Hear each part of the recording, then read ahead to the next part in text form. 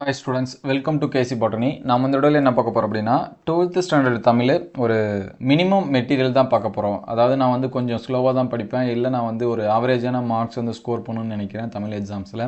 இது வரைக்கும் நான் எதுவுமே படிக்கல, இனிமேல் வந்து படித்து கொஞ்சம் மார்க்ஸ் வந்து பூஸ்டப் பண்ணணும்னு நினைக்கிறேன் அப்படிங்கிற ஸ்டூடெண்ட்ஸு கண்டிப்பாக இந்த பிடிஎஃப் வந்து படிச்சுங்க. ஸோ இதில் பார்த்தீங்கன்னா ஒவ்வொரு கொஷனும் தனித்தனியாகவே கொடுத்துருக்காங்க. ஸோ இது வந்து ப்ரிப்பேர் பண்ணவங்களுக்கு நம்ம வந்து தேங்க்யூ சொல்லிக்கலாம்.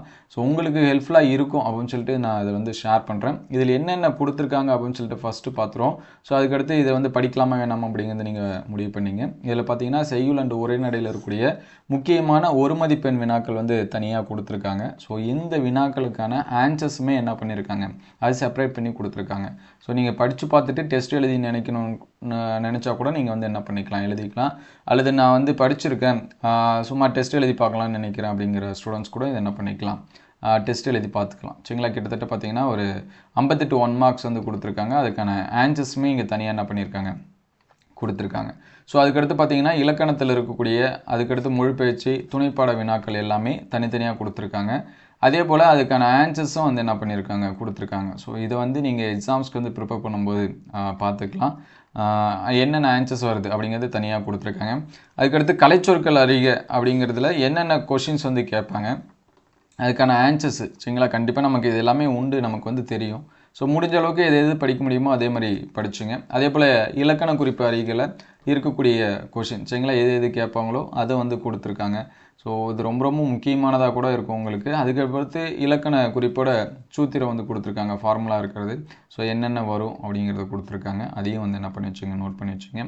அதுக்கடுத்து செய்யுளில் இருக்கக்கூடிய முக்கியமான 2 மதிப்பெண் வினாக்கள், அதே போல் உரைநடையில் இருக்கக்கூடிய முக்கியமான 2 மதிப்பெண் வினாக்கள் சிம்பிளாக ஆன்சர்ஸ் பண்ணுற மாதிரி. சரிங்களா, நான் வந்து நிறைய படிக்க மாட்டேன், சிம்பிளாக ஆன்சர்ஸ் பண்ணணும்னு நினைக்கிறேன்னா கூட நீங்கள் இந்த கொஷினை என்ன பண்ணிக்கலாம், படிச்சுக்கலாம் தாராளமாக. ஏன்னா ஸ்டூடெண்ட்ஸ்க்கு வந்து ஹெல்ப்ஃபுல்லாக இருக்குன்னு தான் அவங்களே வந்து க்ரியேட் பண்ணி கொடுத்துருக்காங்க. ஸோ இது வந்து நல்லாவே என்ன பண்ணுங்கள், எக்ஸாம்ஸ்க்கு வந்து ப்ரிப்பேர் பண்ணும்போது பாருங்கள். இது படித்தாலே நீங்கள் வந்து ஒரு 50லேருந்து 60 மார்க்ஸ் ஸ்கோர் பண்ண முடியும்.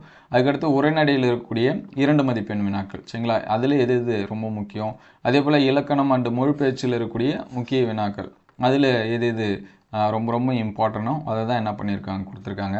ஆல்ரெடி நம்ம பப்ளிக் எக்ஸாம்ஸ்க்கு இம்பார்ட்டன்ட் கொஷின்ஸ் வந்து கொடுத்துருக்கோம். ஸோ இது வந்து மற்ற ஸ்டூடெண்ட்ஸ்க்குலாம் ஷேர் ஆகணும்னு நினச்சிங்கன்னா ஒரு லைக் மட்டும் பண்ணிடுங்க. ஸோ இது வரைக்கும் நம்ம சேனலுக்கு சப்ஸ்கிரைப் பண்ணாமல் இருந்தீங்கன்னா ஒரு சப்ஸ்கிரைப் பண்ணி வச்சுங்க. அடுத்தடுத்த வீடியோவில் மற்ற சப்ஜெக்ட்டுக்கு இந்த மாதிரி அப்டேட் பண்ணுவோம். ஸோ இதே போல் மற்ற எந்த சப்ஜெக்ட்டுக்கு வேணும் அப்படிங்கிறதையும் கமெண்ட் பண்ணுங்கள். அது வந்து கிடச்சிச்சு அப்படின்னா உடனே அப்டேட் பண்ணுவோம். ஸோ இதெல்லாமே பாருங்கள். இதோட பிடிஎஃப் நான் டிஸ்கிரிப்ஷனில் தரேன். இதில் இன்னும் என்னென்ன பேலன்ஸாக இருக்குது அப்படின்னு சொல்லிட்டு பார்த்துங்க. இங்கே உறுப்பு இலக்கணம், அதோட சூத்திரம் இதெல்லாமே கொடுத்துருக்காங்க. ஸோ இது வந்து பாருங்கள். ஸோ நெக்ஸ்ட்டு பார்த்திங்க அப்படின்னா புணர்ச்சி விதி என்னென்ன அப்படின்னு சொல்லி கொடுத்துருக்காங்க. புணர்ச்சி விதிக்கான இலக்கண குறிப்பு இதெல்லாமே கொடுத்துருக்காங்க. இது வந்து நோட் பண்ணி வச்சுங்க, பார்த்துங்க. ஸோ அதுக்கடுத்து பார்த்தீங்கன்னா 4 மதிப்பெண் வினாக்கள். ஸோ 4 மார்க்ஸில் இருக்கக்கூடிய கொஷின்ஸு செய்யுள்ள என்னென்ன முக்கியமான கொஷின். ஸோ இதை ஃபஸ்ட்டு நீங்கள் வந்து என்ன பண்ணீங்க, படிச்சிங்க. ஸோ எது படிக்கிறதுனே தெரியாமல் இருக்குது அப்படிங்கிற ஸ்டூடெண்ட்ஸு இந்த கொஷின்ஸ் எல்லாமே என்ன பண்ணுங்கள், பாருங்கள். அதுக்கடுத்து பார்த்திங்கன்னா உரைநடையில் இருக்கக்கூடிய அந்த முக்கியமான வினாக்கள் எதோ அது மட்டும் கொடுத்துருக்காங்க. 4 மார்க் கொஷின்ஸு அது எல்லாமே கொடுத்துருக்காங்க.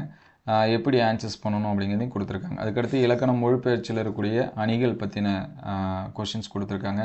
இதில் பொருள் வேற்றுமை, ஏகதேச உருவக அணி இதெல்லாமே திருப்பி கேட்டிருக்காங்க. அதே போல் தொழில் ஓமை அணி இதெல்லாமே பப்ளிக் எக்ஸாம்ஸில் கேட்டிருக்காங்க. அதே மாதிரி ஓமை அணி இதெல்லாமே. ஸோ இதெல்லாமே இம்பார்ட்டன்ஸ் கொடுத்து ஃபஸ்ட்டு என்ன பண்ணுங்கள், பாருங்கள். ஃபஸ்ட்டு 4 இருக்கிறத ரொம்ப நல்லா இம்பார்ட்டன்ஸ் படிங்க. 4 இல்லை 5. அதே மாதிரி திணை என்னென்ன திணை அப்படின்னு சொல்லி கொடுத்துருக்காங்க, திணை என்ற துறை.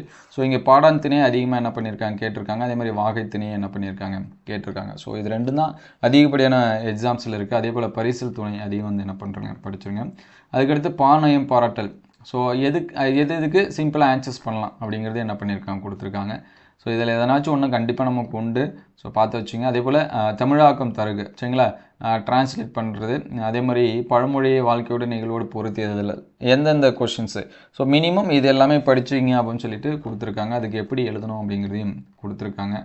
அதுக்கடுத்து முக்கியமான 6 மதிப்பெண் வினாக்கள் 6 மார்க் கொஷின், சரிங்களா, செய்யுளில் என்னென்ன இருக்குது, அதுக்கடுத்து உரைநடையில் என்னென்ன இருக்குது அப்படிங்கிறது என்ன பண்ணியிருக்காங்க, கொடுத்துருக்காங்க. ஸோ இது வந்து ரொம்ப இம்பார்ட்டன்ஸ் கொடுத்து என்ன பண்ணுறங்க, படிச்சுருங்க. சரிங்களா, கிட்டத்தட்ட பார்த்திங்கன்னா செய்யுளில் ஒரு 8 கொஷின்ஸ் கொடுத்துருக்காங்க. உரைநடையில் பார்த்திங்க அப்படின்னா ஒரு 6லேருந்து 7 கொடுத்துருப்பாங்க. ஸோ இதுலேருந்து உரைநடையில் இருக்கக்கூடிய இம்பார்ட்டன்ஸ் கொஷின். ஸோ 6 கொஷின் கொடுத்துருக்காங்க.